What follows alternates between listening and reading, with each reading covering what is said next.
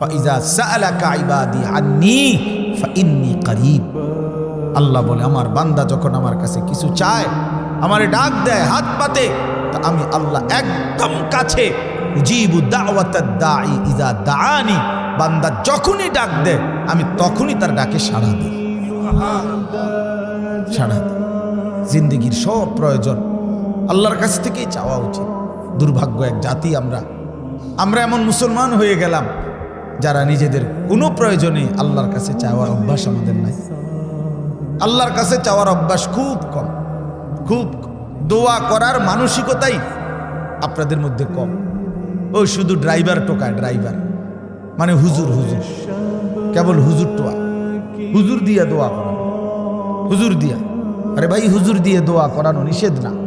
হুজুর দোয়া করবে ঠিক আছে, কিন্তু নিজের আহাজারি, নিজের চোখের পানি, নিজের কান্না, নিজের আরজি নিজেই আল্লাহর কাছে পেশ করা উচিত। বান্দার কাকুতি মিনতি আল্লাহর খুব পছন্দ, আল্লাহর খুব পছন্দ, আল্লাহ তাআলার খুব পছন্দ। হাদিসে আছে বুখারীতে, ফাওয়াল্লাহি লা ইয়ামাল্লাল্লাহু হাত্তা তামাল্লু। নবীজি বলছেন, আল্লাহর কসম উম্মত, তোমরা চাইতে চাইতে আল্লাহর কাছে ক্লান্ত হয়ে যাবে, কিন্তু রব্বে করিম দিতে দিতে একবারও ক্লান্ত হবেন না। লা ইয়ামাল্লাল্লাহ, তিনি ক্লান্ত হবেন। তুমি চাও বান্দা, বারবার বলো, বারবার বলো, বারবার বলো।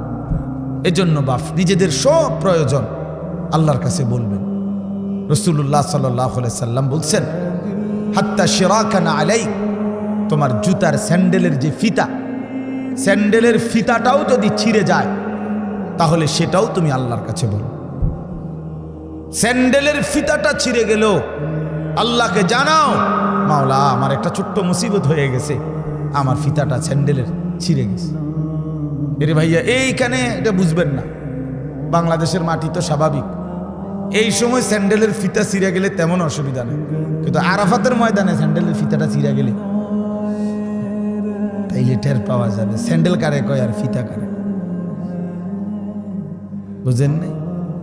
হ্যাঁ, মসজিদে হারাম থেকে হোটেলে যাইবার সময় যদি স্যান্ডেল হারায় যায় তখন বোঝা যায় স্যান্ডেল কত দাম, স্যান্ডেল কত দাম। মনে হবে যেন পায়ের তালুটা পুড়ে গেছে, এত গরম, এত গরম।